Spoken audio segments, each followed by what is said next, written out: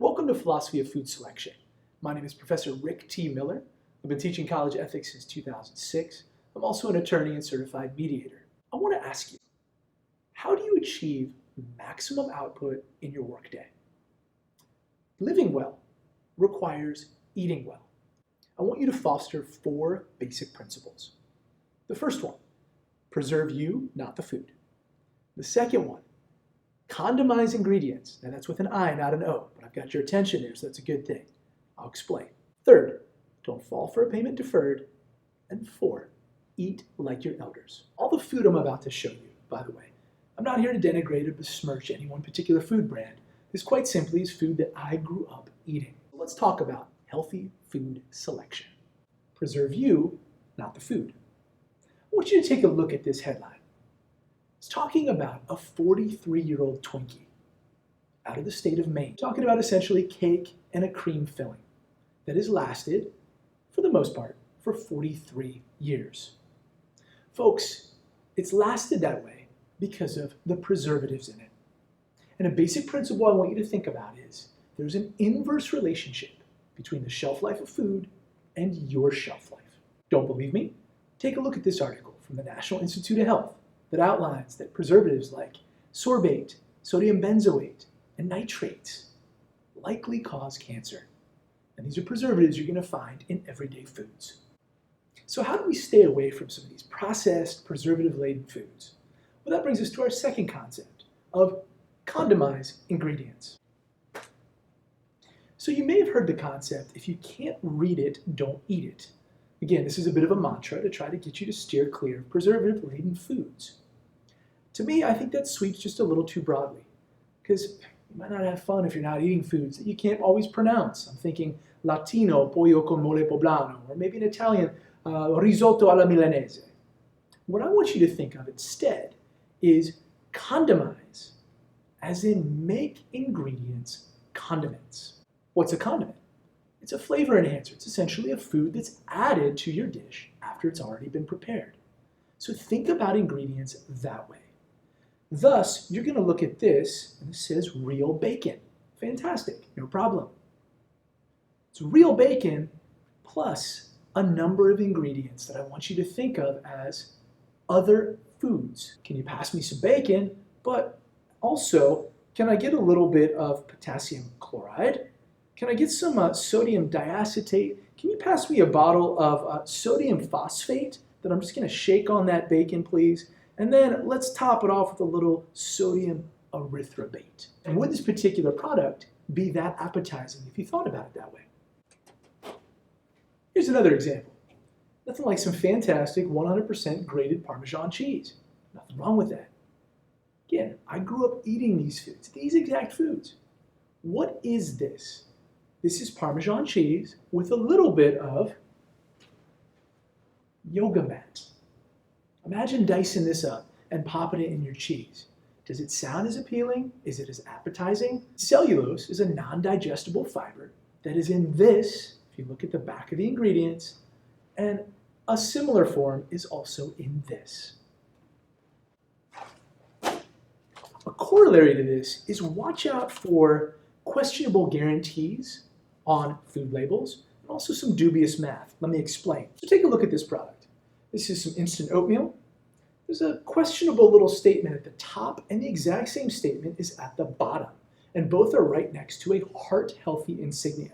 And if you actually deep dive these words themselves, which this company may or may not want you to do, right? Diets rich in whole grain foods and other plant-based foods and low in saturated fat and cholesterol may help reduce the risk of heart disease. May help reduce the risk. That is rife with hedging words. Words that are non-committal. They sound like something, but they're like nothing, right? Especially that word may, right? I still teach college ethics. My students might ask me one Friday, Professor Miller, what are you going to do with this weekend coming up? I could say, I may go to Bermuda. It sounds like something substantive, right? But am I really committing myself to anything? No. May or may not. Additionally, be mindful of some of that dubious math, right, around serving and portion sizing. So companies and products have largely gone away from hydrogenated oils because there's trans fat, right, which is not healthy for you. This particular product, again, I grew up eating these. One of the ingredients is hydrogenated vegetable oil. And then if you actually go to the nutrition facts and the serving size, the trans fat is at 0 grams per serving. What happens oftentimes is, as in this case, it's a pretty small package, but for this particular product, the recommended serving size is 9. 9 is kind of a random number, right? But that allows the company to say there are 0 grams of trans fat, because anytime you have 0.49 grams of something or less, you can actually put 0 instead of 0.49.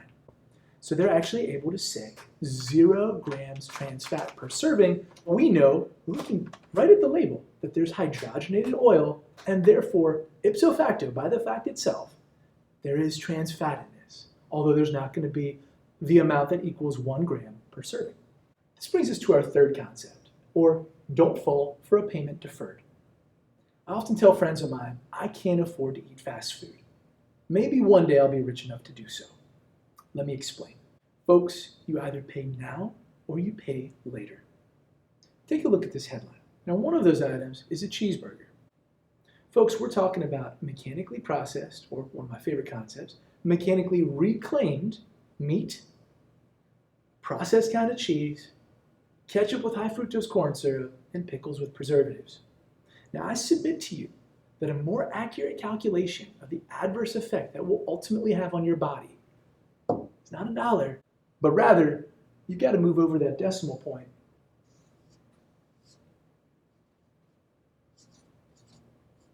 Two spaces. In light of the long-term effects of that cheeseburger, with the preservatives and the ingredients, it's ultimately going to cost you $100, not $1.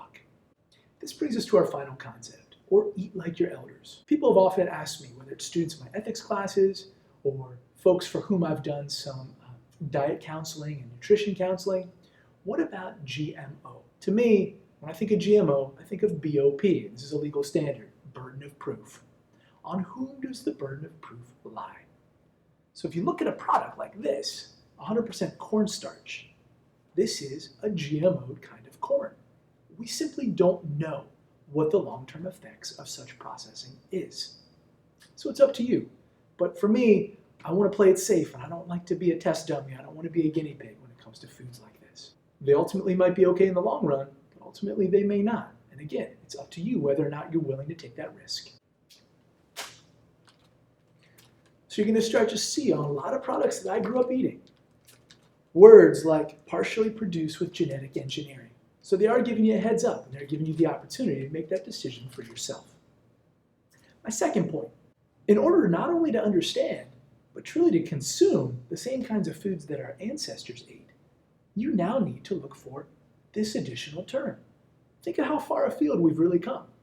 So it's not corn oil or soybean oil or canola oil the way they would have understood it to be, but rather we need to look out for organic corn oil. So if you're looking for a corn oil, say from 1919, that same quality, one without all the pesticides and the processing, you actually have to look for a corn oil that has that modifier, organic.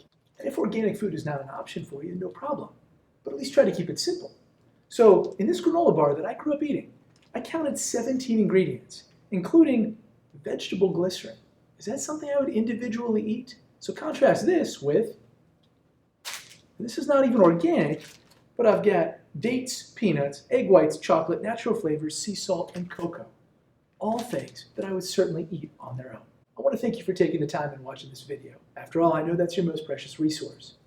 It's been a real privilege talking about this both inside and outside the classroom. In making that healthy food selection, always remember those 4 basic principles. Preserve you, not the food. Condomize ingredients. Don't fall for a payment deferred. And eat like your elders. In conclusion, I'd like to end with some words my father told me. As we were gathered around a dinner table, I just prepared him a meal in line with a lot of what we just discussed. He was pointing down to his colostomy bag. He's a cancer survivor. He said, if only I'd eaten more healthy, perhaps I wouldn't have this. If you liked this video, please be sure to give it a like. I wish you healthy living and healthy eating.